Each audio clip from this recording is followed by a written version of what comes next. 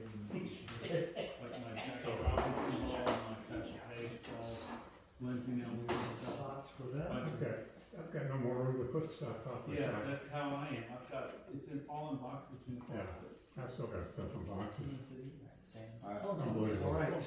Andrew, you want to introduce? Joe, do you want a formal introduction? If you want to introduce me, great. Otherwise, I think I know most of you. All right, just do it. So I'll just, Yeah, just do it. are we good to begin? Yep, we're All good. right, well, good evening, everyone. For those who I don't know, my name is Joe Turner. It's a pleasure to be here with you all tonight. In many places where you go to lecture, you go into a room and you meet people who have not seen a lecture Sure, Director. in 2 years, or 3 years, or more. And many of the people in the room are not super familiar with a lot of things that happen in magic, and there's different levels. When you walk into Ring 58, you walk into a room where everyone in this room could give a lecture. Everyone here is more experienced than average in my travels.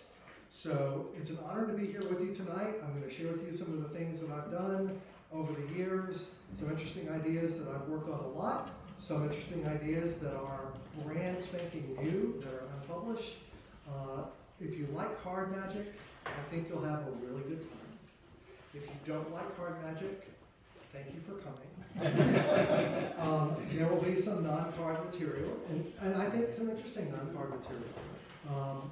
In fact, we're going to start with how many of you have seen me lecture before, just out of curiosity? So a few of you are familiar with this. There is some material in here that you have seen before, but there's quite a lot of new material as well.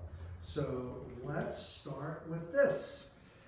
Some of you may know that I spent most of my magical career, oh hi Tom, in Atlanta. And I lived there for 31 years and just recently moved away to the Memphis area. So I'm based sort of bi-urban now. I'm part-time most of the time in Memphis, and I'm still in Atlanta 2 or 3 times a month for different events. But one of the first things I did when I moved to Memphis and decided to engage and try to start building a business in a new city was to go back to what started to work for me in Atlanta, which was to work some restaurants.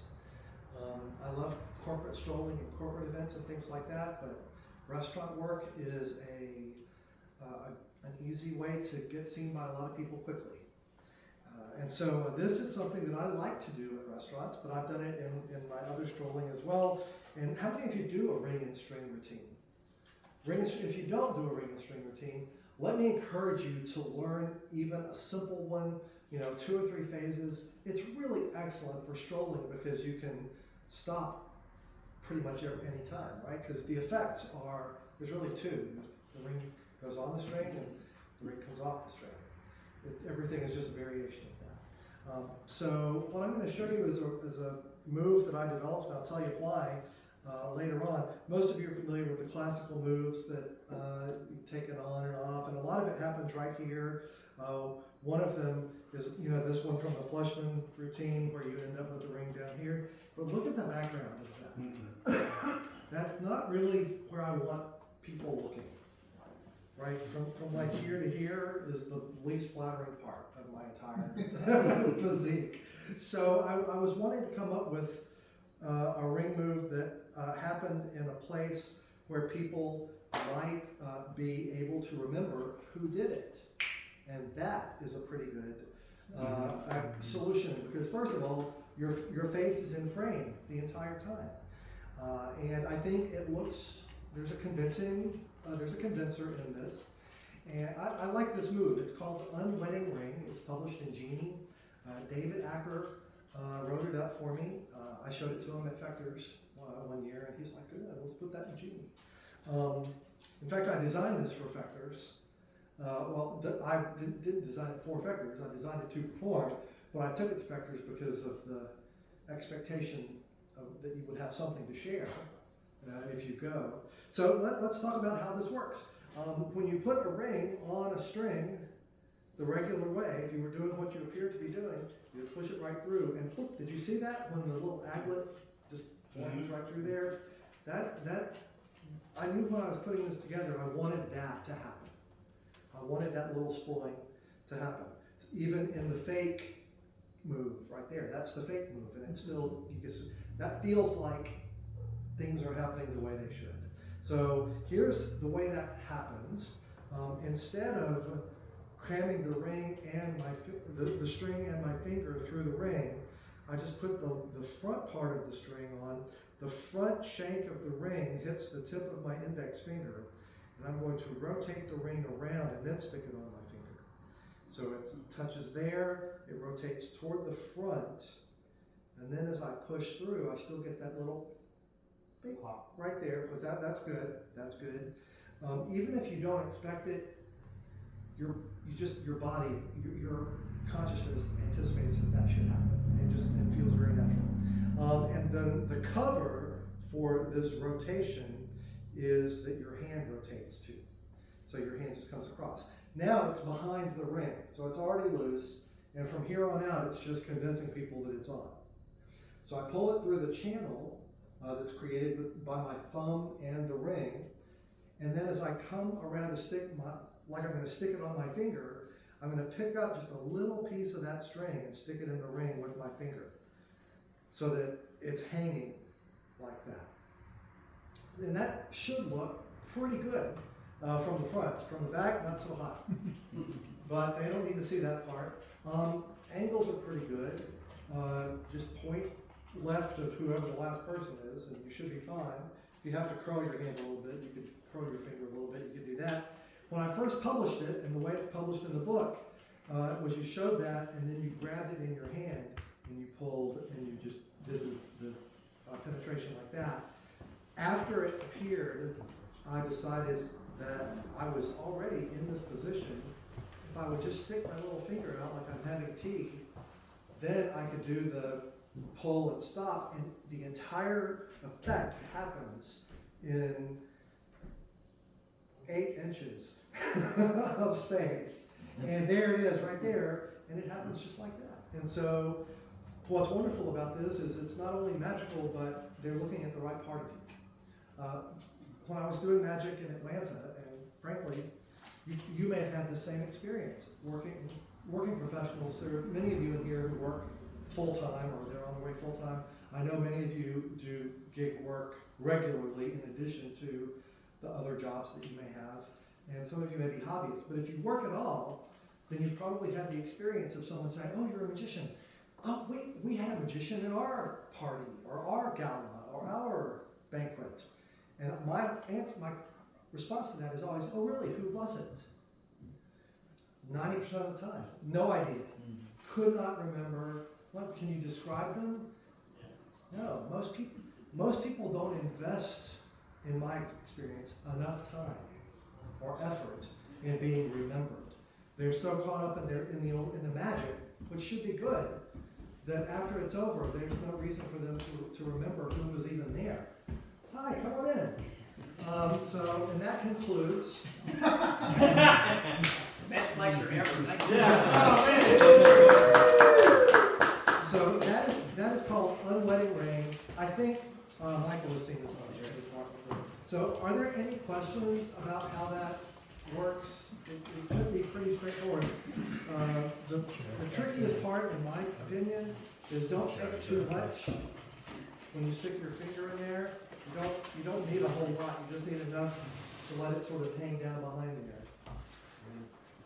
It's done. Question? How many on and offs do you do in your routine? And what are some other moves you like? Okay, most of you may have heard the question, how many on and offs do I do and what are some other moves? Complete full disclosure, this move is what I consider my encore move. In case I go by the same group or the same table and they ask to see it again, this is my backup. My actual working routine doesn't use those. My working routine uses, some of it is stuff I learned from Dan Fleshman's routine. Jim Tyler had a routine. Earl Nelson in the Variations book, the Clifton Ring move. Geo, a lot of like the Clifton Ring move, where I do that. I use, the first thing I do is I have them put the ring on the string themselves. And I do this routine. This is Jim Sisti, wrote this one up, where you hold the ends. And so that one comes off. And then I have, I do it myself with this move that is from Fleshman's, which is the one that it would be down at my belly. But what I'll do instead is I'll put it in my hand like that, and instead of being against me, I'll have the spectator put her or his finger on the stone of the ring and pull it onto their finger, and then put both of the things in their hands. Then I'll say, I have a script about, at this point, people begin to hypothesize. They have theories. First theory is they say, well, maybe somehow he didn't really put it on there. Like he sort of made it look like it was on there, but he didn't really put it on there. So why don't you put it on? So I'll have them put it on. I'm doing sort of a Tom Ray's, eliminate all the theories. But I'm just openly doing it. Second hypothesis, I say, well, somehow he's so good with his hands that even though we were looking, somehow he got it off the end when we were on. And so I'll say, well, put a knot in there. And now we know it's not coming off the end. And then I'll do basically kind of this move where you say if you pull on it, you would hurt it, so you pull gently. And then that one, I forget whose it is. Dan Garrett had something like that. The Faustus ring routine. And then I'll close with the Clifton steel. So those are the 4 phases that I will use when I'm doing it the first time. And there are others that are arguably better, or it's whatever you're comfortable with, and also what does the situation allow and the way people are seated, or where they're standing, what do you think you can get away with? And if I've done 2 and the food arrives, then I'm done. I don't worry about it. So that's the great thing about ring and string is it's totally modular, and the next time it goes on or comes off, you can stop, and it's still a phenomenon. So that is a great question. Thank you all very much. Let's see. I do like to borrow rings when I can, but I don't like to use little dinky diamond engagement rings. I like one with a wide enough band that some of the moves look good when you've got string secretly hidden. Yes, Andrew. I don't know if I missed this, but like, how do you introduce this trick? Whether it's your first one at the table or later on, how do you like? That's a great idea. I don't mind sharing that. Hi everyone, my name is Joe. It's great to be here. When we get to the bar, I'm going to show you some magic. Would you like to see a really old piece of magic? This is a piece of magic that is over 500 years old. I mean, not the props. The props are about 15 years old. But the idea of this trick goes back about 500 years. In those days, they would use maybe a piece of leather cord or some twine or something. This is from Sports Authority. You can check that out. And then this is just an ugly piece of costume jewelry. And we can use that. You can please examine it. Or I did this for a client some years ago, a corporate guy out in San Francisco. I sneak in a little advertisement. And he didn't trust me at all. So he took his own ring off his finger and his own shoelace out of the shoe. And this is true, that's an added benefit that it actually did happen. And he says, don't use these. I was like, okay. And then I'll do a little something with the string, which we're going to talk about later on, snapping knots and how to make it work and what happens if it doesn't. And I do that and I say, that's really cool, and I have a line that I'll share with you when I get there. And then when I'm done, I say, I just do that to take up time while they're looking at the ring. Are you done? And they're done. And then I get into, they're like, what's he going to do? And so it becomes very clear. So that's a great question, getting into and out of any routine. And that's kind of how I slide in. So that is Fun Wedding Ring. And it's the first trick in my notes. I don't have products. I have these. This is the last 11 copies that I have in my house. So these will be for sale. afterwards. Some of you already have them, so no pressure at all. And everyone else, Anything that's purchased tonight, you'll sign. absolutely. Yes, see?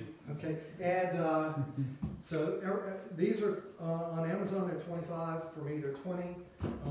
But everybody's getting a PDF of the in-progress version of Volume 2, and that's just a gift. So, because it's not done yet, I've been working on it for a while. So a lot of the new stuff that's not in there is in the PDF. You can just have that for being here. So thank you.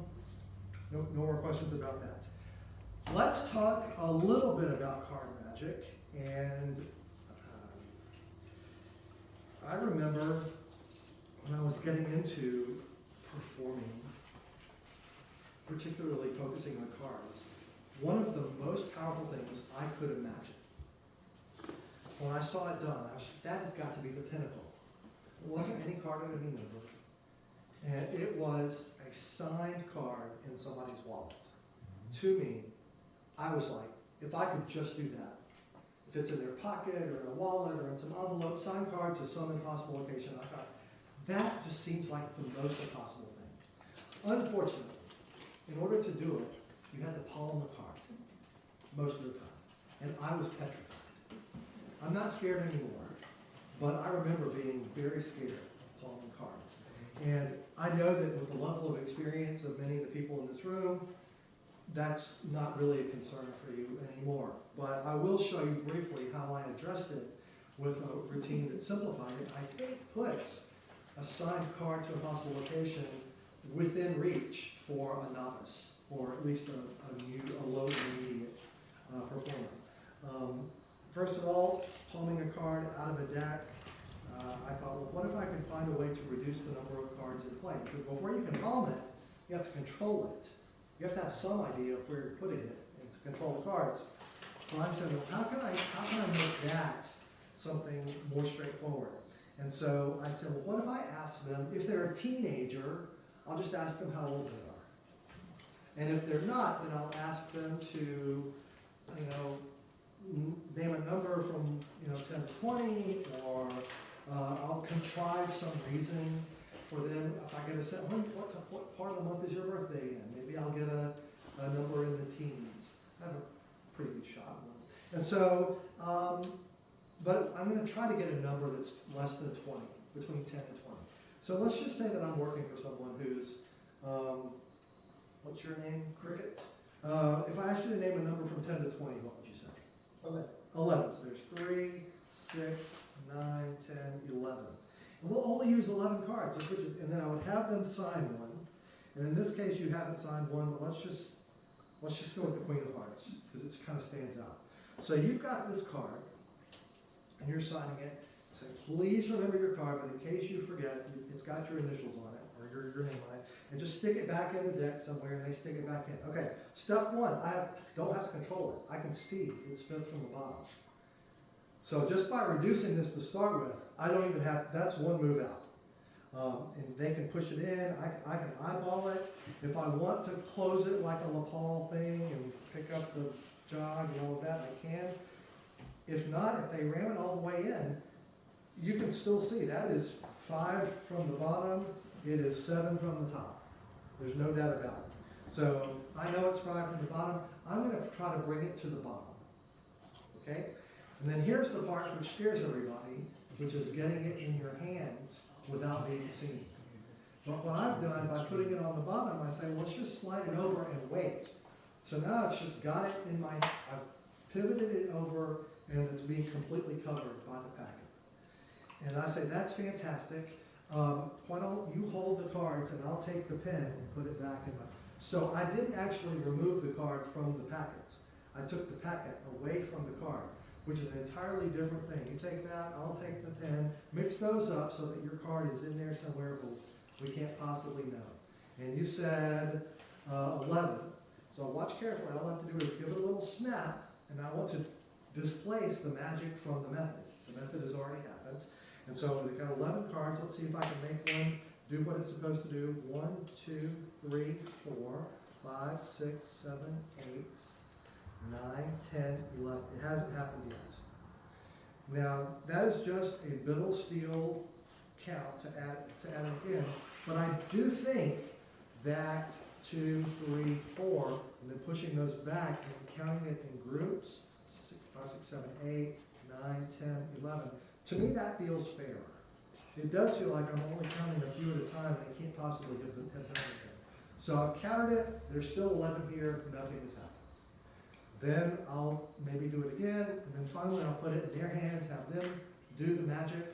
Then I have them count 1, 2, 3, 4, 5, 6, 7, 8, 9, 10, and a card has vanished. Interesting point here.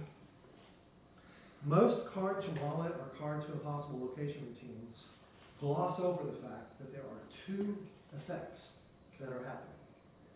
There is a vanish, and then there is a revelation of the card being somewhere else.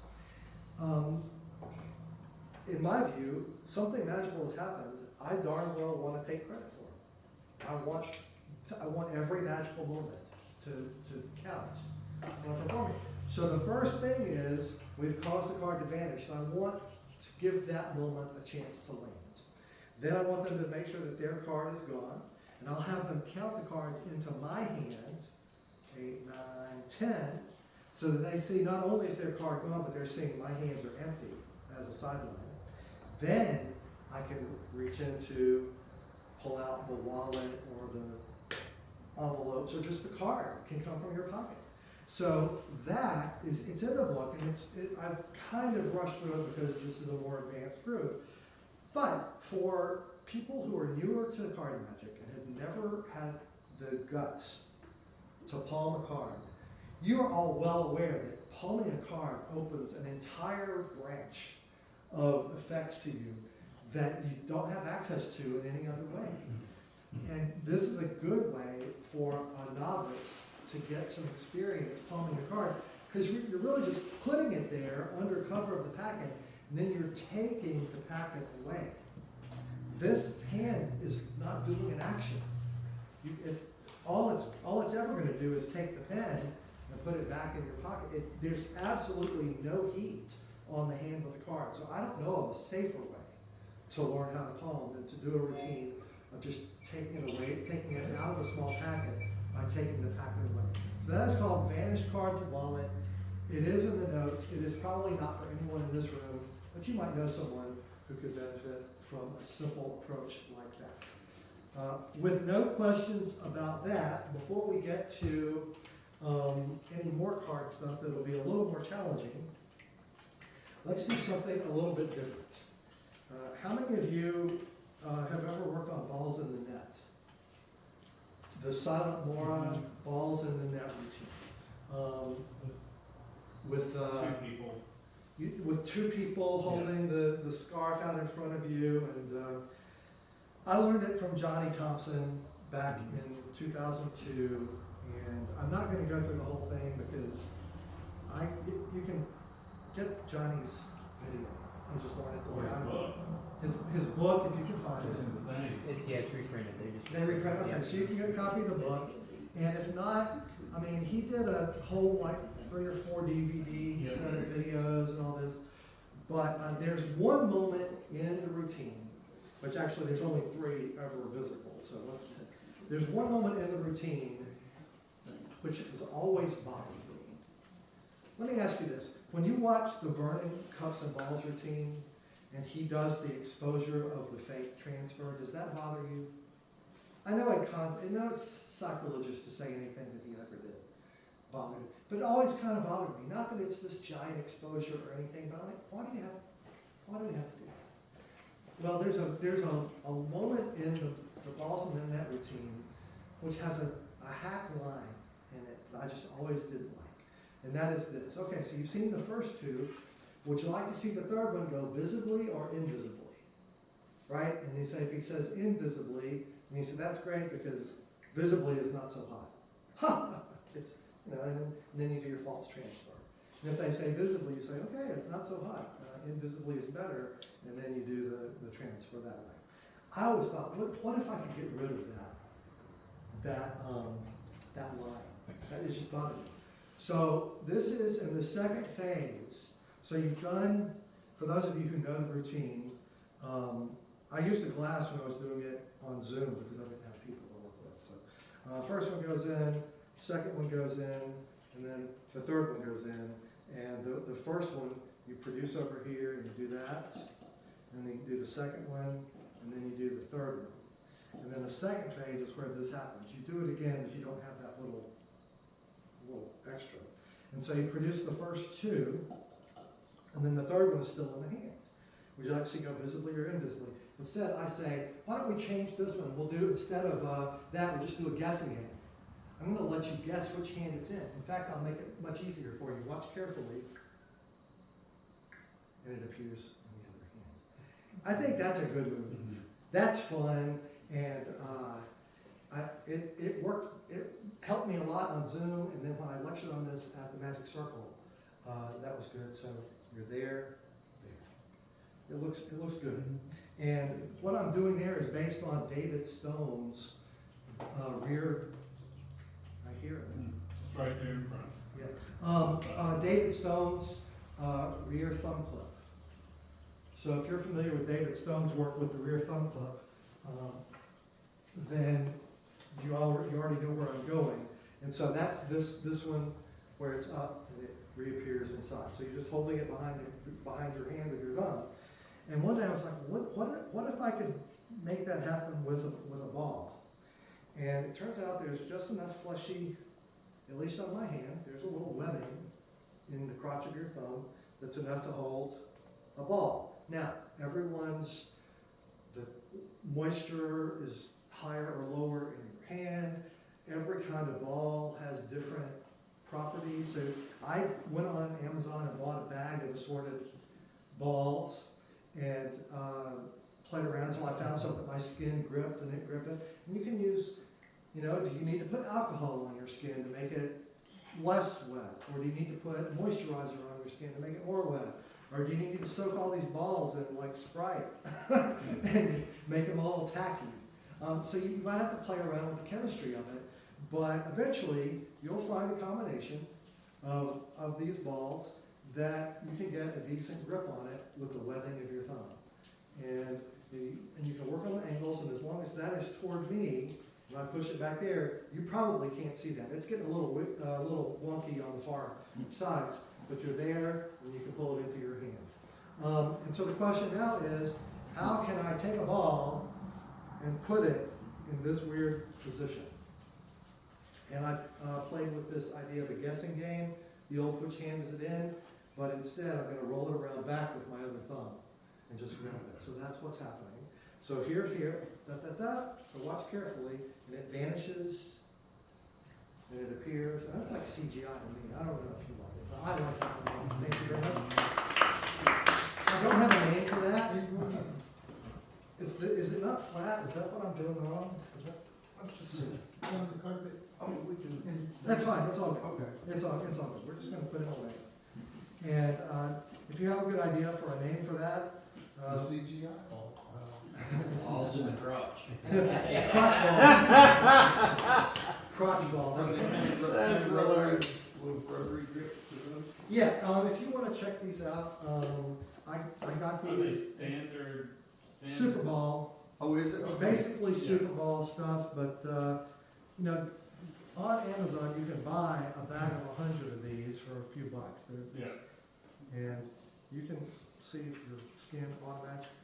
And even yourself, on some days it'll feel a little different. And what if I put a little, you have to figure out what's working for that day.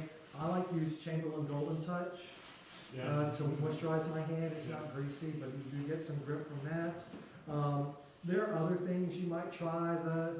The other skin moisturizers and so I'll leave these out so that if you want to take a look. Oh, the glass, yeah. I know that Josh and Andy were selling one on Vanishing Ink for like $50 or something. So you can get them at the camping store. Camping store. Yeah. Like REI or camping supplies online. And they look just fine. And Perfect size for the sympathetics too. so you can find these, and they're like $8 a pop Yeah. compared to 40 something. No, not, I mean, Josh and Andy's are like the straight kind, and they're, you know, they're pretty, and maybe they have better plastic or something, I don't know. I mean, I'm not, Better marketing. Better marketing, that's about it. plus, you know, everybody's making a living, so I'm not criticizing it, I'm just saying, this one's fine, and you know what, if I break this one, I don't feel nearly as bad, about messing it up and having to get another one, as I do about some other things. So, that is and you can get a pack 4 of them or something, so that's fine. So that's, the balls in the net, or at least a touch on the balls in the net. I don't think it would be right for me to teach you the whole routine, even though it's 100 years old, but get Johnny's work. He's the guy. I mean, it was Silent Mora, Vernon, Charlie Miller, Johnny Thompson, and then a lot of people learned it from Johnny. And that's kind of how I got to it. And so that's that. Okay, before we got to this part, I asked 10 of you to sign a playing card. If you have a playing card that you've signed, please let me take those now. So there's 3, 4, 5. If you'll pass them up to the front here. There's 6, 7. So I should have 3 more coming. There's 2 more. Thank you. 1, 2, 3, 4, 5, 6, 7, 8, 9. And same. Thank you. What's that? So this is something that I did publish in the Linking Ring a while back. So if you've already seen it, we'll start. It's a classic. You'll notice that I love to do the classics. And one at a time, these cards are going to vanish from my hand and reappear in the pocket that's been completely seen to be empty. The first card vanishes, flies up the sleeve, flies across the manly chest. I don't say that. And then down. That's it. And the first card appears. Reach in empty and take out the first card, and that would be Jack Wilson. There's card number 1. Thank you very much. Hold your applause. Please stay seated. The second one, I know you want to see, we got a long way to go. Card number 2, you get a little snap. It dematerializes, flies up the sleeve, across the delta quadrant. Yeah, parallel to the bow tie. And down, and what was the bow tie? Parallel. Parallel to the bow tie, Yeah. and then down into the pocket. And there would be card number 2, which is Andrew. Thank you very much.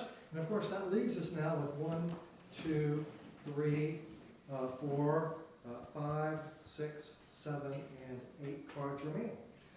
So to speed this up, we'll try 2 at a time. Snap, snap, double, dematerialization, up the sleeve, across the valley of the shadow of death, and then down into the pocket. And there should be 2 that have rematerialized in there. The 6 and 7 of clubs, that would be Jim and Mike. So there's 2 right there. That, of course, leaves us with 1, 2, 3, 4, 5, 6 cards remaining. By this time, you're getting pretty familiar with what's going to happen. So it gets easier for you, harder for me. Let's see if I can snap it. Dematerializes, goes up across the outer rim.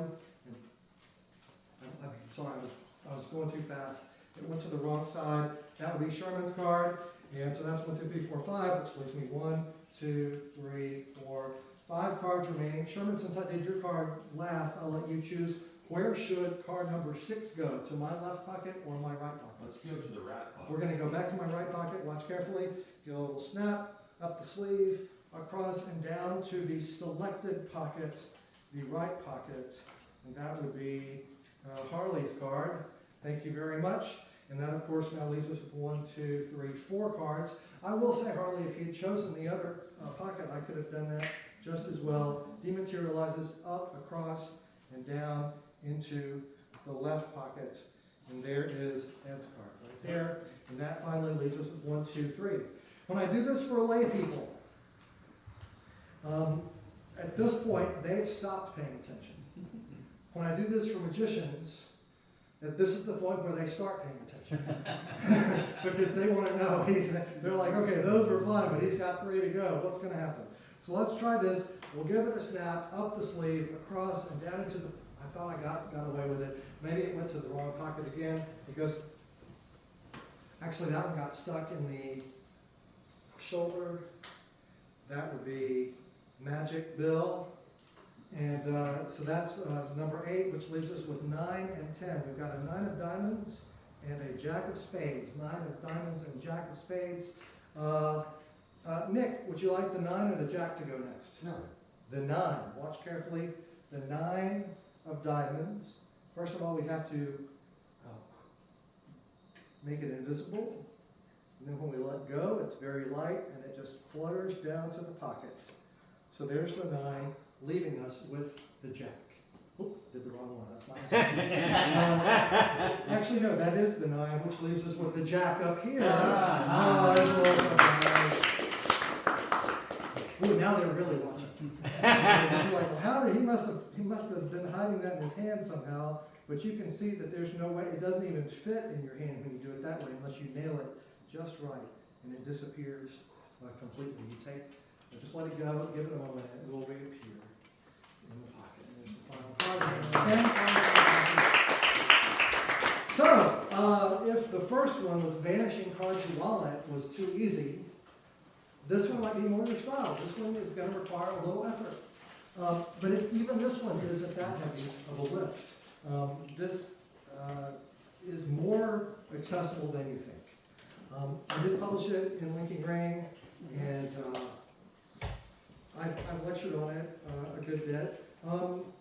It's based on work from Marlowe through Bill Malone, and surprisingly, Dwayne Laughlin, who is probably not a name you immediately jump to when you're thinking about card magic. But I saw Dwayne do a 10-card pocket routine, and I saw Bill Malone on video, and I thought, that's great. I do multiple selection in most of my shows, but when I get asked back to a place that's seen me do that, I hate to do it again. And I've always hoped I wanted something that sort of took that spot if I needed it. And this certainly takes that spot. It's powerful in its own right. You don't need 10 cards, and you can do a routine that plays pretty well. And there's lots of ways you can stage this, but here's what I do. First of all, the cards are signed. You'll notice I had them signed before we got to this part of the show. It certainly saves time if they're done, and either you can gather them from the front row or have them passed to the end, and everyone can verify that they've signed the cards. Then you show that there's nothing in your pocket. Sometimes it's even better if you have something in your pocket.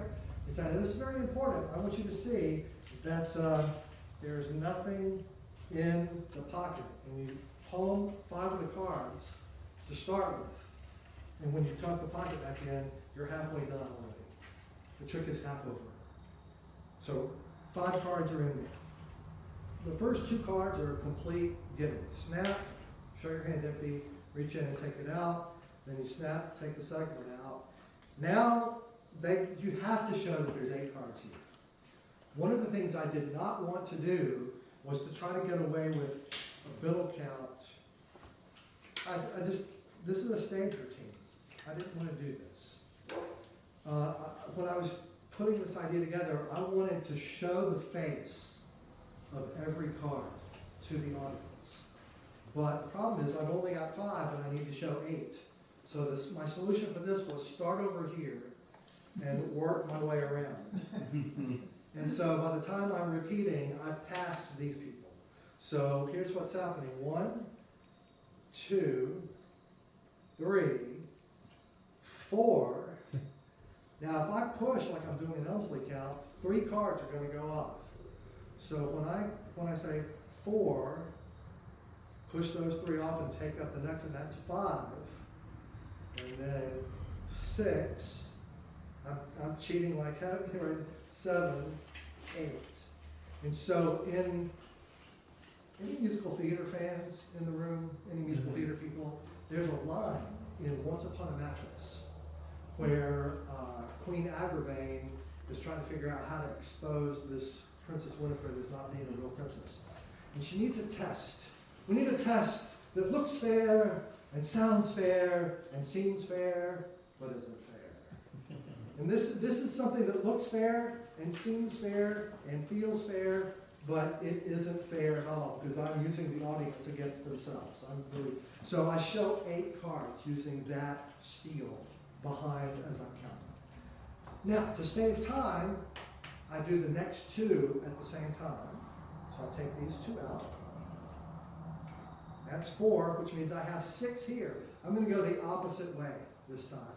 And I only have to steal 1, so I can take it back across whenever I want to. 1, 2, 3, 4, 5, 6. So I can go 1, 2, 3, 4, 5, 6. As long as I just take that card back, I've got all the cover of it. I mean, I can. The way the other one worked, in case you want to see it from this angle, was 1, 2, 3, 4, 5, 6, 7, 8. Okay? But this time it's 1, 2, 3, and then 4, 5, 6. Okay, so we've got 4 there, and supposedly 6 here, but really only 5. And there's still 1 here from where we started. But I'm going to take 2 off the bottom as I talk to you. That wasn't a smooth one. I saw Tim saw that I was palming it. One person, I saw that you were doing it. I saw that you noticed I was doing it. But that's okay. Then I was fiddling around a little bit. Some days it works smoother than others, just like your car. But the way I palm those bottom ones, I wish I had a one-handed bottom palm for 2 cards, but I don't. So I get a break, and I'll use my right pinky to pivot those down in small square. So they're in my hands, 2 cards off the bottom. And then I'll say this one is going across and down. There's a card there, but I pretend there isn't. I grab these and look up as I stick 2 in there and bring one of them out. Stay. And so now I've got 5 on the table. And 1 in each pocket and 3 here. So that's where I am. So I load it, I put 2 in, took 1 out, and I say, and so that's 5. I'm not going to get away with this thing again with 3 cards. But I still don't want to do this bill thing. So I'm going to do an Elmsley count, but like an extended version, the extended play version of the Elmsley count. So I'm going to count 3 as 5, going 1, push and take on 2, push and take again on 3, 4, 5. So 1, push, push, 4, 5. And now I'm preloaded on either side, so I might as well give someone in the audience a chance to choose, just a little interactive moment. And so I let Nick choose, would you like my left or my right? Whichever one they say. Right. Right? Very good. Across and down. And now I just do a regular Elmsley count. 1, 2, 3, 4. And then I could have done the other one, just so you know. I would have to start in the other hand, and it would go across and down, and it goes there, and there's an adds card. Now it leaves us with 1, 2, 3. Now, this is an interesting point. We're down to 3. We finally got rid of all our preloading. We're down to the last 3. We actually have to do the work now. We have to carry ourselves across the finish line.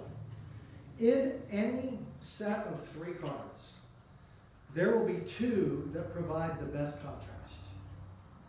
Even if it was the 6, 7, 8, you could go with the 6 and the 8 to have some open space and some closed space. Whatever the 3 cards are, look at them and choose 2 that have the best contrast. In my case, I think a black spot card and a red face card have the most contrast. You could argue for this, but it doesn't. So I'm going to let this one, the one that's the odd man out, is going to be the next card to go. And I'm going to have to palm it and pull it from somewhere. Now, in order to disguise it, I'm going to try to do it with one hand. I want the palm to happen with one hand. If you do card magic, then you're probably familiar with a one-handed top palm, which is a wonderful move where you just kind of push it off and it's in your hand, right? If you don't know it, see me afterwards, and I'll be happy to show you how I do it. It took me a while to learn because I realized I needed to come from this position down here first and then go back up to that position, and that helped. But what makes it work is I'm pushing pressure on this corner against this platform on the deck. And that's what gives me the leverage to push that card into my hand. Unfortunately, there's not enough resistance with just 3 cards for that technique to work. There's just nowhere to go. So this is a move that I learned from the Bill Malone routine. It's a one-handed top palm from a small packet. And the way you do it is you set the card up by pushing it off angled so that this corner is the same.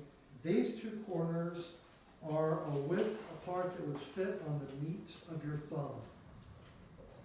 And then your right pinky goes at that corner. So I'm going to push it into that position. Snap goes here.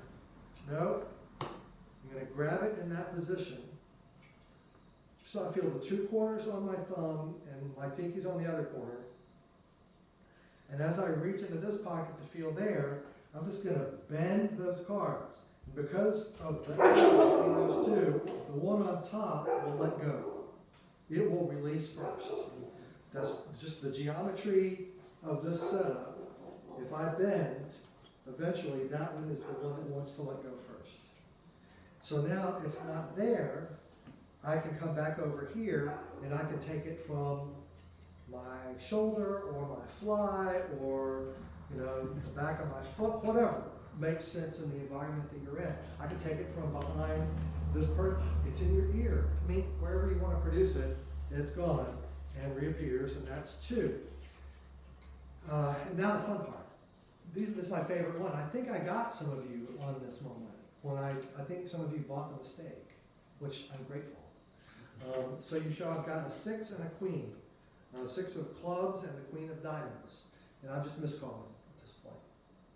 So somebody said, oh, we're going to do the 6. All right, watch carefully. The 6 of clubs. Can you see that? Mm-hmm.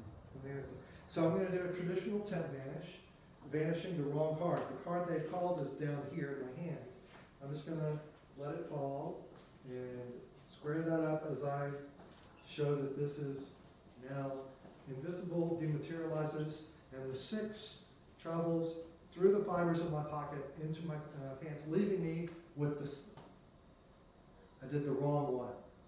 Now, I'm going to Tenkai steal the card off of the face of this dome.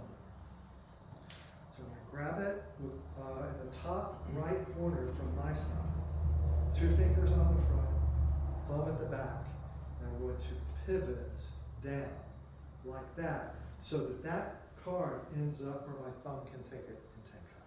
So there, that's what I'm doing. But it's being covered. Let me turn this way so you can see. As it comes across like that, this hand is going to take over and show the back. So it's like, so the first thing I do is I say, leaving me with the queen. And I do this to sound like a single card.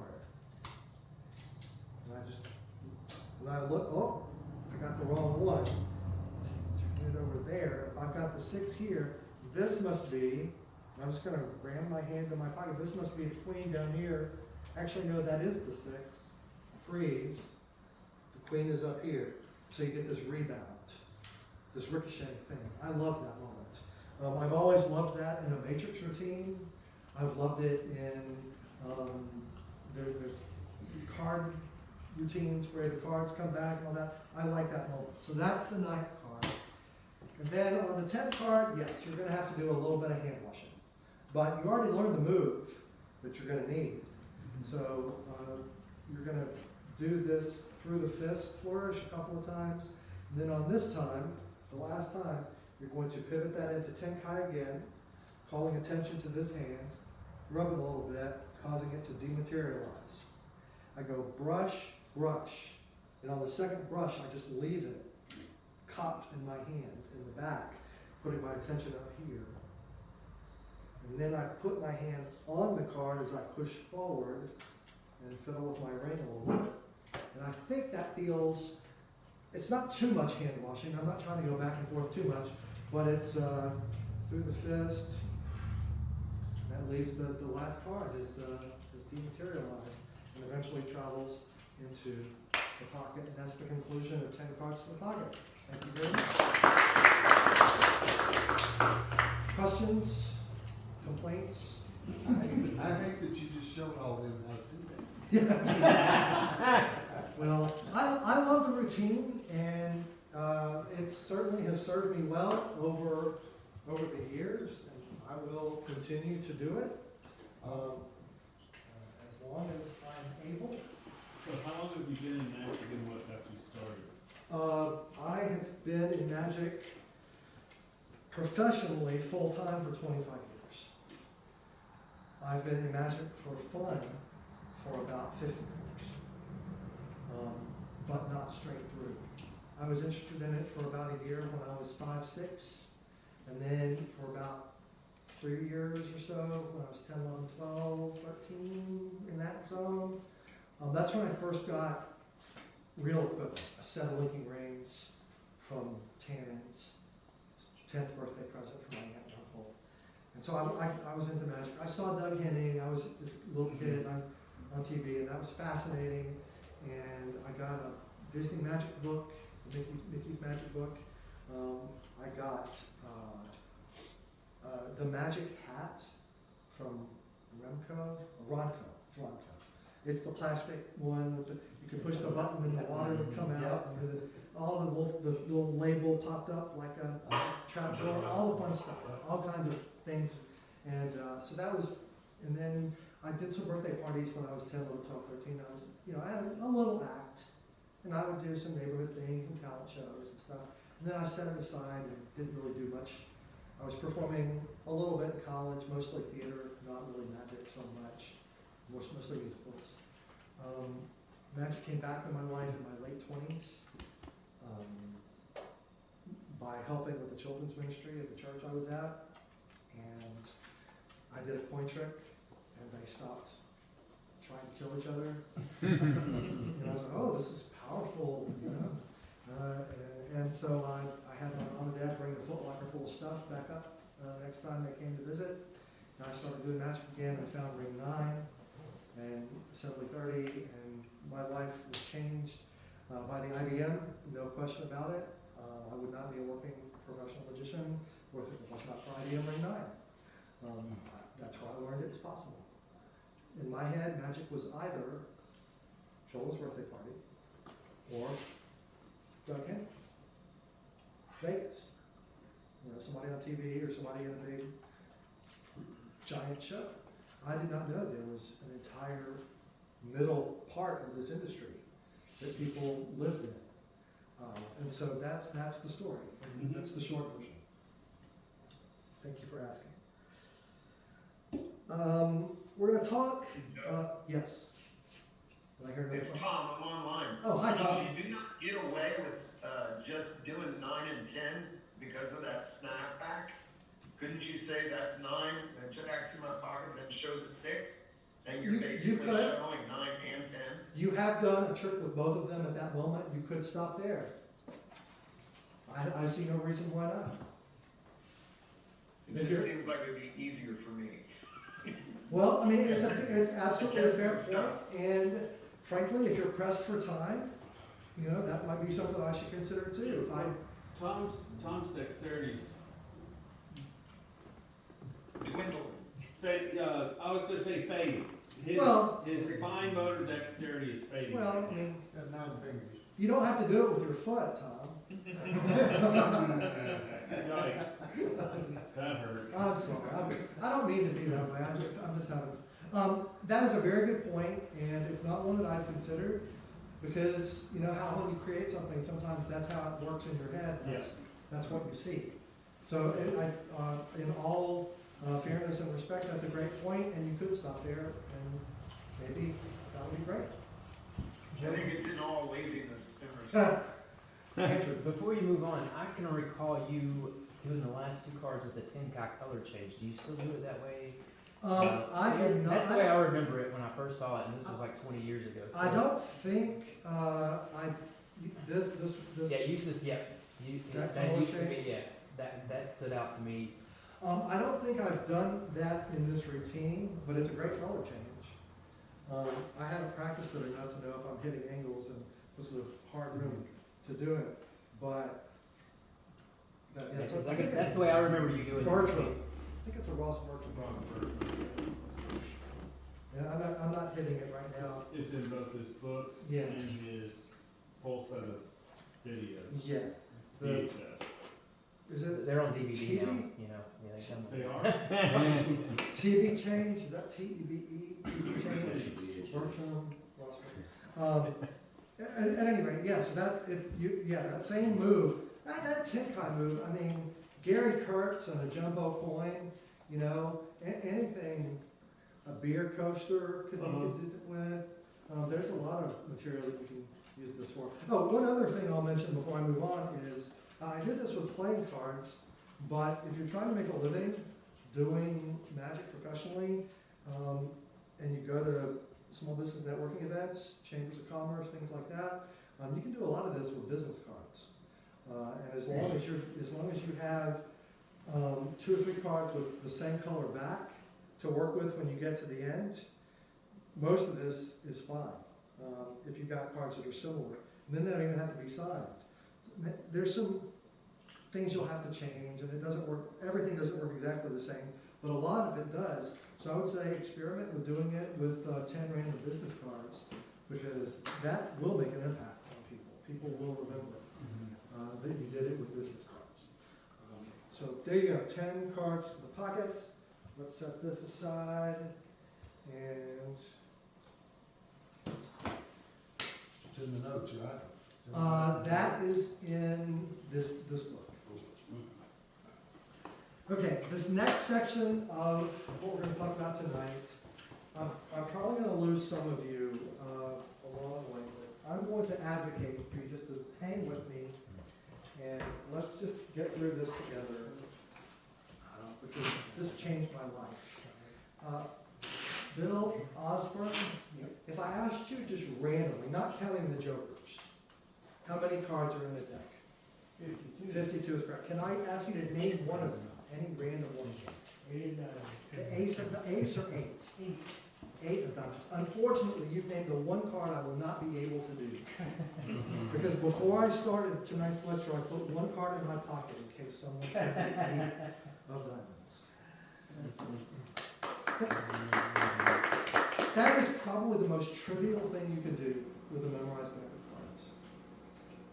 But it is stunning to normal human beings.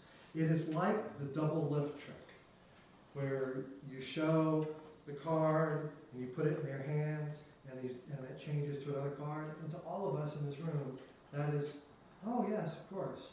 But to real people, that is one of the strongest things that can happen. Pulling any card someone randomly names out of your pocket before you ever do anything with the deck is practically unfathomable to people.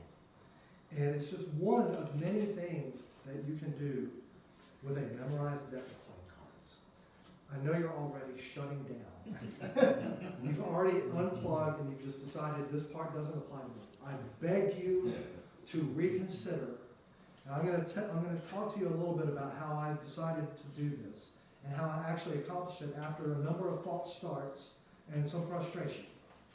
But let me share with you a piece of magic cricket. Can I ask you to stand, just have a seat over here for me for a moment. And I need you here because you're going to help me with something. Would you point to anyone in the room? Point to anyone else in the cocktail party. Anyone, who do we have? The guy was sitting next to you. Nick, if I asked you to name any random card in a deck of cards, you're going to name it. And here's the thing. Cricket's going to find it because I'm on break. And so we're going to turn the show over to you for a moment. If I asked you to name a card, what would you say? 5 of spades. Is there a particular reason that you said the 5 of spades? No. That's fantastic. If you'll hold up one finger, that's a very good choice. We're going to spread through here. I want you to touch any card. Just gently. Now you touch like 8 cards. I'll give you 2 tries. He got a spade. It's a queen. And so that's, at least you're on the suit with that one. And this is the 7 of clubs, so it's not a spade, but it's close on the number. There was an 8 on the bottom, but at any rate, just by random happenstance, by instinct, you got the 7 and the queen. You didn't get the one he wanted. We're not holding it against you. How could you be expected to succeed in this environment? You had no training, no mentor, no support staff, no systems help, nothing. And yet by instinct, you got the 7 and the queen. We'll leave those 2 cards together right there at the spot that you decided to touch them. And if you'll hold the deck. And what was the card we were looking for? 5 of spades. 5 of spades. Don't move. Remember those 2 cards that were next to each other? They are no longer next to each other. Something has jumped right in between them. If you'll spread through the cards in your hand to the part of the 2 that are face up, you'll see that they are no longer next to each other. Something has jumped in between them. And of all the cards it could be, it is the 5 of spades. A round of applause. Thank you for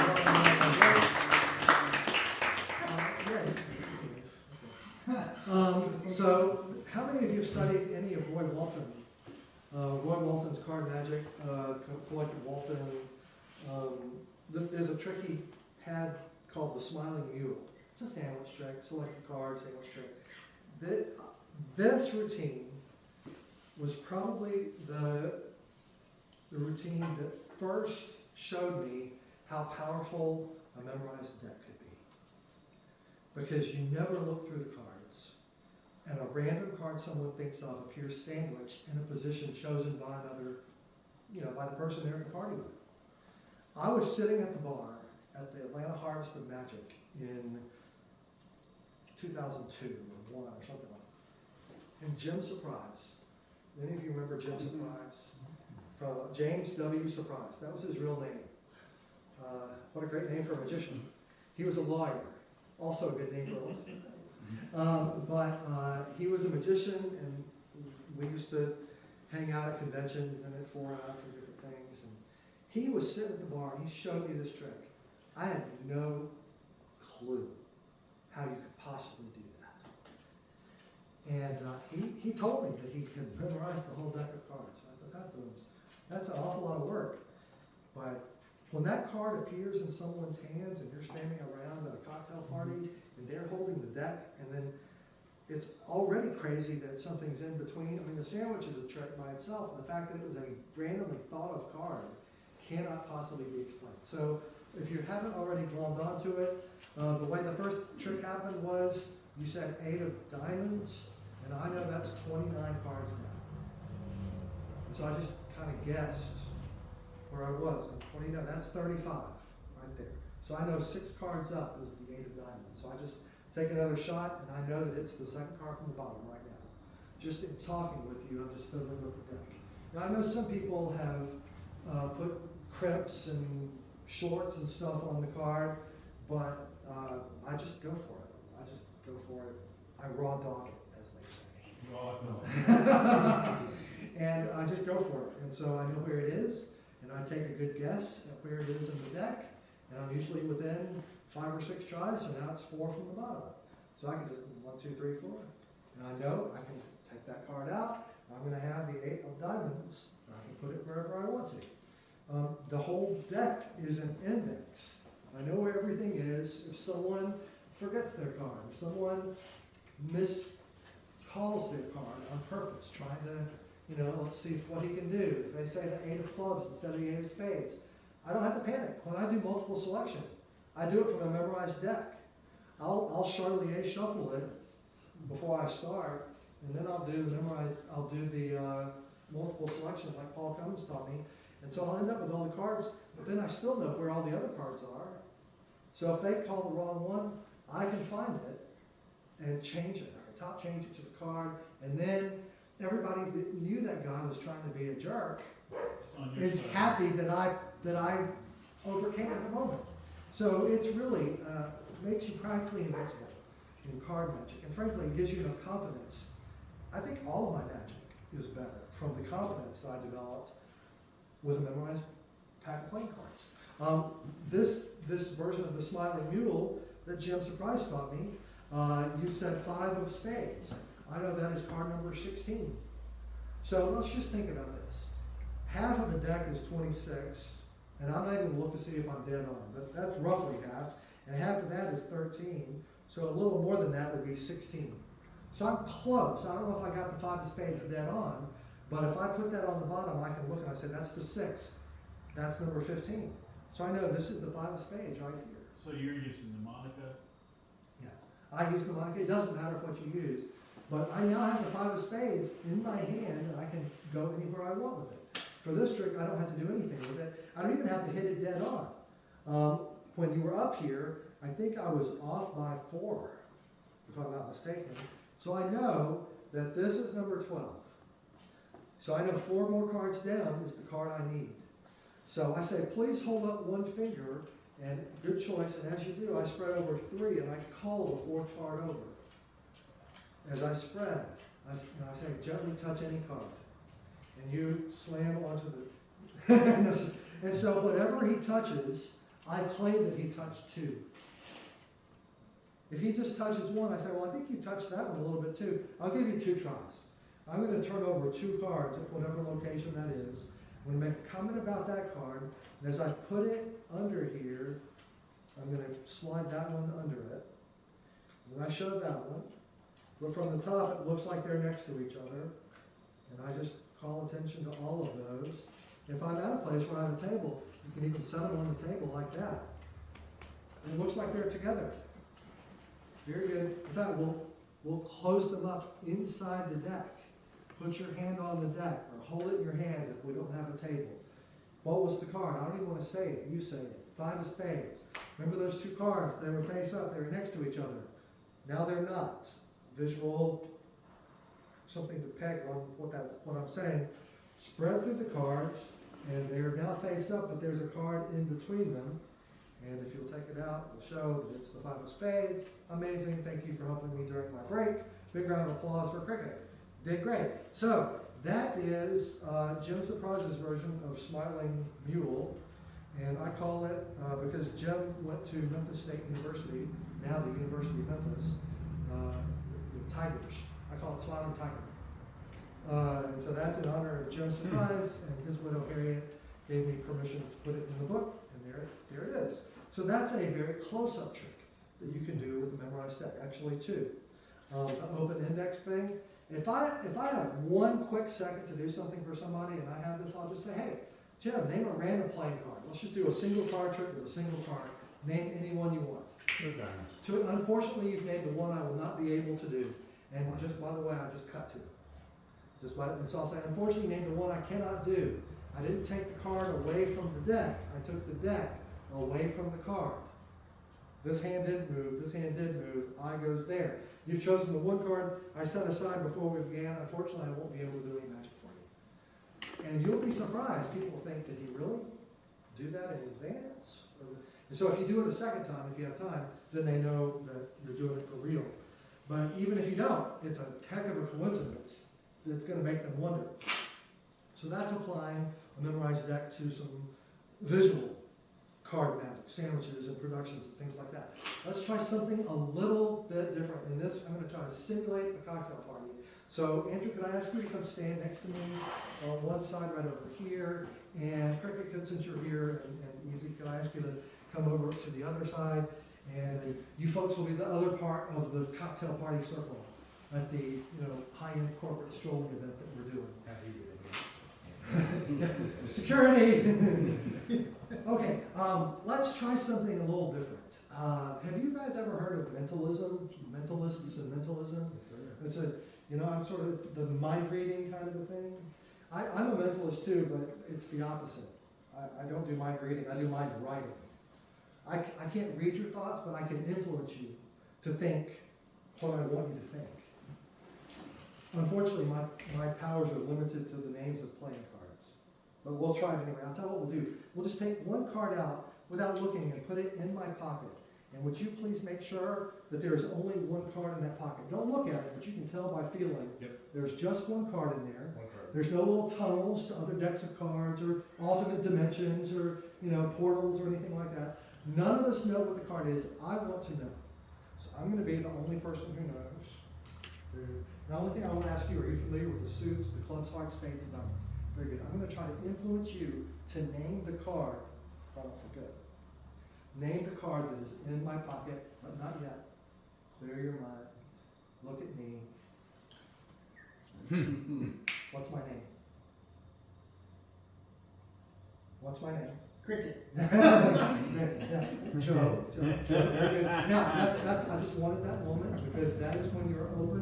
What card just popped into your head? Two hearts. Did you see the card pop into your head? No. My color first. Did you see the card when you looked in there? Make sure there's only one. Take it out. Show everybody that there's one card in there. And of all the cards it could be, it's the card that you thought the two are hearts. You can have a seat. Thank you very much. You can have a seat. So, memorize that applied to a mental effect. This is not card to pocket. To the spectator, this is not the appearance of a card. To the spectator, this is the appearance of a thought in their mind. It is confirmed by the existence of a card that my person already verified was there. So this is a little twist on card magic in the fact that it's really card mentalism. I fooled Eugene with this, so I just want to say this got past Eugene. If you didn't follow along with it, basic idea. I like to have a person on this side for cover for the end. I am going to swing cut and keep a break and take the top card of my stack. It's the 4 of clubs I'm putting in my pocket, and I'll leave it there. And as he checks it, I just restore this. Nobody knows what the card is. I want to be the only person who knows. I'm going to look at it. I'm going to ask you a question, and as I do that, I just took it back out of my pocket. I just put it in there, palmed it, and took it out, and I'm going to put it back on the deck. So the pocket is empty. Very good. I want to be the only one who knows what it is. Fantastic. And you know what the cards are: the clubs, the hearts, the spades, and the diamonds, right? I just replaced it. So the pocket is empty. I've established that this person is going to understand that we're talking about playing cards and they know what the suits are. Then I say, and then I will sometimes do if I don't forget, and then I pretend to look at it one more time, which I think is, don't overdo it, but once is good, very good. And just clear your mind, what's my name? Marketing, that's there partly for the moment of scripting, that I just need that moment of pause to work my thought into your mind. But it's also the great and amazing Joe. No, I don't do that. I go subtle. But I do want them to remember my name, and usually I'm wearing a name tag. I'll have a nice name tag, and I'll say, "What's my name?" It's Joe. Very good. I just needed that moment to put the thought in your head. What card just popped into your mind? And then whatever they say, I'm going to cut the card, cut the deck, and steal that card out. Is it easier or harder when it's that close to the top? It was super easy. Yeah, I just took the second card, so it's already out. That was sometimes you get lucky. They say the top one or the bottom one or one of the first 2 or 3 or one of the last few. But it doesn't matter, because with a little bit of play, you can usually get within 5 or 6 cards anyway. So Harley, if I asked you to name a random card, do you use mnemonic? I don't use mnemonic. Okay, but you're familiar with mnemonic. So just name a random card. 7 of clubs. 7 of clubs is 47 for me. So I just riffled off the bottom. That's 44. So I went a little too far, but I know it's the third one down. So I'll say, now, did you see the color first? Or did you get the number first? Or what was it? And I've got it in my hand. And then here's the load. I go back here, and I'm going to pretend to hold the pocket open for him. I say, I want you to reach in there, make sure there's still only one card. Right? As we started. So that reinforces that nothing has changed. Then take it out, look at it, and show everybody it's the 7 of clubs. That's mind writing. It's in the book. Thank you. So, we talked about memorized deck applied to close-up. We've talked about memorized deck applied to stand-up, strolling, mentalism. In the book, you will find another routine where it's applied to a full-scale stage presentation that uses 6 people from the audience and the entire audience. And I'll talk you through this routine. How many, I won't try to duplicate it. This is what they call a Gedanken experiment, right? Gedanken in auf Deutsch. But a thought experiment. Imagine that you see the curtains open and there's 3 giant bags of colorful balloons hanging on chairs on the stage, and maybe they're rotating and there's lights on, it's beautiful. And there's 3 chairs over here and 3 chairs over here. You have 3 couples from the audience come up, and you set, let's say, the gentleman over here and the ladies over here. Ladies and gentlemen, an experiment in compatibility, let's say. Ladies, I would like each of you to please walk to the balloons, to the bags. Each of you take any balloon you like and return to your seats. Thank you. And while they do that, ladies and gentlemen, gentlemen, I'd like you to please take a card. Just say stop anywhere, take a card, you take a card, you take a card. So you've got 3 cards. Ladies and gentlemen of the audience, we have 49 balloons remaining. I want 49 of you to have balloons as well. We release the balloons into the audience. Color, noise, fantastic. If you're in the audience and you have a balloon, please put it on your seat and sit on it. Pop, pop, pop, pop, pop, pop, pop, pop, pop, pop. Look inside, and inside every balloon is a playing card. Fantastic. Sir, what card do you have? 4 of clubs. Who in the audience has the 4 of clubs? No one. His partner pops her balloon. She has the 4 of clubs. Number 2, number 3. 3 perfect coincidences. It's a David Berglas routine from The Mind and Magic of David Berglas. It's called Matchmaker. If you read it in that book, you will realize it is the most ridiculous method ever devised for any card trick. It is the least practical thing I could possibly imagine. I thought it was a joke when I read it. It's a wonderful idea, and I could see it in my mind, but the way it works in the book is attached, all the cards are put in balloons, and attached to each balloon is a small safety pin. It is tied to the nozzle with a length of thread or threads. The colors of the threads are the code to tell you what the card inside that balloon is. Like resistors. Like the colors on resistors tell you how many ohms the resistors are. The colors of the threads would tell you the suit and value. And so you have to be looking. When that lady takes that balloon out, you have to see those threads on stage to know what card is in that balloon. I couldn't do it. But with a memorized deck, I can now do this trick and have performed it. Well, I don't even have to be anywhere near them. As long as I see them take a balloon out of a bag, I know what card is in their hand, what card they've got. And I only have to remember 7 things. Red, orange, yellow, green, blue, purple. How in the world can this be? Well, in the first bag, cards 1 through 7 are red, orange, yellow, green, blue, purple. Then the next, the first 6 are red, orange, yellow, green, blue, purple. The next 6 are red, orange, yellow, green, blue, purple, but pastel. So pink, peach, pale yellow, limey green, or pale seafoam green or something, and baby blue and lavender. Right? And then the last 6 are red, orange, yellow, green, blue, purple, but with any kind of printed design on it. So now, just remembering 6 things, red, orange, yellow, green, blue, purple, I can know 1 through 6, 7 through 12, and 13 through 18 in this bag. And same thing for this set, because now it's just plus 18. And same thing for this bag, it's plus 36. Right? So now, as long as I see what bag they take a balloon from, just by looking at that balloon, I know which stack number from my memorized deck they have chosen.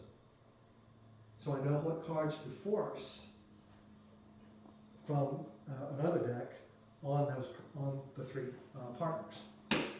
So I've gotten rid of an enormous amount of setup.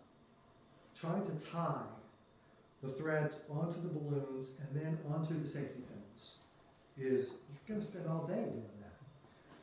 Besides the fact that you have to blow up the balloon with the card inside each one. So I thought of this solution. I called up David Berglas. I got his phone number. I called him up. Hi, Mr. Berglas. We've only met once, but blah, blah, blah, blah, blah. And this was over 10 years ago now. And I would like to lecture on my method for one of your tricks, but in order to do it, I would have to explain your method. And he's like, what trick is it? And I said, it's matchmaker. He said, that is a terrible trick to set up. And I was like, aha. So I explained it, and he said, that's a brilliant solution. Feel free to talk about it all you want. He was very gracious and gave me permission to explain it. It's in the book. It's a stage illusion that you can pack in a backpack and take anywhere in the country, even on a large stage. And it's very colorful and fun. And in fact, I said it was the first thing I sent to Penn and Teller Fool Us. I didn't get on. And I found out the next year they were doing it in their show. I'm not saying anything. I'm just saying it was a wild coincidence. But anyway, so there's a memorized deck, has myriad applications, from close-up, one-on-one things, all the way. I mean, frankly, if I asked you to name another card, Nick, just for fun. 7 of Hearts. 7 of Hearts, fantastic. So I've just cut to the 42. It's the one right above that. So I know it's number 41. So I've now got it on top. I'll just palm it off face up off the top. And now I'm completely set up for, you said 7 of Hearts. That would have been good if I cut to it. And then you just do a color change. And you color change to a selected, just a named card. That's perfect. That's great magic. That is super fun and not terribly difficult once you just learn where the cards are. Then you just take them out and do whatever you want with them. It's like, it just totally opens up. And it saves a lot of time. You shouldn't have to have cards selected. You can just have them name a card and do magic. Name a card, do something magic. Name a card, pop it out, catch it in your hand, top change it, whatever you want. It soups up the efficiency of a lot of card magic. And it's certainly a wonderful safety valve. So how do I learn it? And I want to move on to a few more things that are not memorized deck. But the way I learned it, the first time I tried to learn some memorized deck magic, I started at the top and I said, okay, every day I'm just going to learn 2. Right? I'm going to learn those 2, and then the next day I'll learn 2 more, and the next day I'll learn 2 more. Right? And then you get lazy, and like, well, I'll pick it up Monday. But then what happens, or at least for me, is I got really good at like 1 through 15, or 1 through 20. But the further into the deck, the less good I got, because I was always practicing the early ones, and I had, exponentially more practice on those than the ones later on. And I gave up multiple times. So one day I decided I was going to learn it a different way. I printed the cards out in columns on the top half of the sheet of paper. So there was 1 to 10, so on. And I taped it to the dashboard of my car, and I had a 6-hour drive to go do a show. I said, dang it, I'm going to do this differently. So I said, I'm not going to learn them in order. I'm just going to pick number 1 and number 9. And so anything that has a 1 or a 9 in it, I'm going to learn those. So I learned number 1, number 9, number 10, number 11, number 19. That's it. And then I said, I learned those. And I said, as I drive along, whenever I see a license plate or an exit sign or a mile marker or a phone number on a billboard, or the environment was my app. This is before there were apps to drill. So I just used the environment. The environment is a random number generator. There's numbers all over the place. So I looked, and I would just look at the phone number on the back of that van or the license plate on this car from Montana, and if it had a 1 or a 9 in it, I'll do all the ones with a 1, then I would do all the ones with a 9, and then I would do all the ones. Fantastic. Now let's add an 8. Okay? So I had to learn card number 8 and card number 18, and I'm good to go. And I started drilling on those for a while. And I said, okay, let's add a 2. So now I had to learn 2, and then 12, and then 20, 21, 22, and 28. Right? And so I just learned them in these weird little groupings. Because in the real world, it's very rare that you go through your memorized deck in order. In the real world, it's almost always just random access. What card is at this number? What number is this card? So there's really no good use to do it in order all the time, unless you're doing like a card calling, which is a good effect. And so instead of trying to learn it in sequence, I learned it. Imagine you've got a petri dish. You've got a little infection over here, and now another little infection over here, another little infection right here, and over time they just kind of grow until they cover the whole dish. Well, that's what I did. I just let the deck infect my mind, bit by bit as I drove. And by the time I got to Mississippi to do the show, I had learned every number, and I learned and I drilled with all random phone numbers the whole way, and I've never forgotten it. And had to pay attention to where you were going. Well, I knew where, thankfully I was going home, so I knew If that. you're gonna use the petri dish thing, Right. say by the time I got to wherever I was Right. going, I Phoenix. had discovered penicillin. Right, that's funny. That's right. So that is how I learned to memorize deck. I describe that process in here and some other encouragements in the book, but if you've never tried, even if you just learned 20, just learn 20. You know, if you learned half the deck, then you can still do quite a lot. If someone happens to name a card that's in that 26, then you can do one out of 2 times, you're going to be able to do any card called for from your pocket, right? And if not, then you say, okay, take out that card. You said the 7 of clubs. Okay, well, we'll use the 4 sevens. Take out the 4 sevens and do a trick with the 4 sevens. Just do twisting the aces or something. But you can use other things. You don't have to do a memorized deck trick. You can use getting into some other trick as a place to practice memorized deck magic. And if they happen to name a card that you do have memorized, then you're way, way, way ahead. So take the stress off of the fact that, oh, I can't even play with it unless I learn all 52. No, you can go ahead and start playing with it. It's accessible, it's out there, transformational. Now let's do some non-memorized deck magic. Before we do, you may have noticed this rope that's been up here this whole time. You may not be familiar with this. I believe this to be the world's only mind reading rope. It is a mind reading rope. Keep your seats. Bill, I can prove it to you. I see the skepticism. So in your mind, don't say anything out loud, but in your mind, just think of a number. Let's say a positive, like an integer. Let's say somewhere between 0 and 2. But don't say it out loud. Just think of it. And let's see. Oh, mind reading rope. What number could Bill be thinking of? Let's see. Let's give him a couple of tries. And the mind reading rope says you're thinking, is the number 1 correct? Ah, very good. The mind reading rope is correct. Let's change it. Let's ask Tim. Let's say that you've got a die, a single 6-sided die, and you roll it. What number did you roll?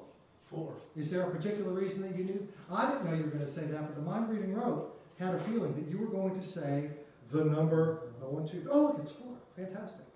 The mind reading rope knows other things too besides numbers. Like for example, mind reading rope, knower of all, seer of all.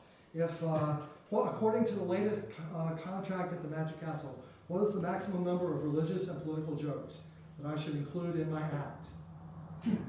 That is correct. A big round of applause for the mind reading rope. So that is silliness with a piece of rope, but it's fun. And I just share that with you to show you that there's some fun things that you can do. If you've never played with snapping a rope, I like to snap a knot in a rope, and it's not 100%, but you can get better with it with time. A nice heavy piece of rope helps, soft, but not too light. I find if it's too light, it's hard. I have done it with the shoelace when I'm doing ring and string. As I showed you before, I said there's some things I do with the shoelace. This shoelace is really light, and I find it much more difficult to do with a light piece of rope, but sometimes you hit it. I was doing. So what are you, mechanically, what are you doing? Yeah, Are you doing the one where you grab it and drop No, it? I'm So actually you're just. trying I'm to shoot popping it with my finger. Phil Wilmarth had some work on this. He had a whole set of notes on stuff like this. What I'm doing is holding it out so that it's about from my shoulder to the floor, roughly. And I'm going to come down and hit the front of the rope, like this diagonal side right here. So if the audience is 12 o'clock, I'm kind of going at 10 o'clock. I'm going to hit it pretty hard about halfway down. And by physics, just the top part of the rope is going to still be in the air as I come down. There's a loop that's formed as I come down, there's a loop that's formed, and what you wanna do is hit this here, maybe a little lower than where the halfway point is, so that it pops through, and that falls, and that's what's happening, on a good day. You know, the correct humidity, all of that. And so I find that is the way to do it. Phil also published a version where you don't use your finger, you just hit it with the rope itself. And that, when it works, is pretty impressive, but I don't find it as reliable to hit it like that. So I use my finger. I was doing this in the parlor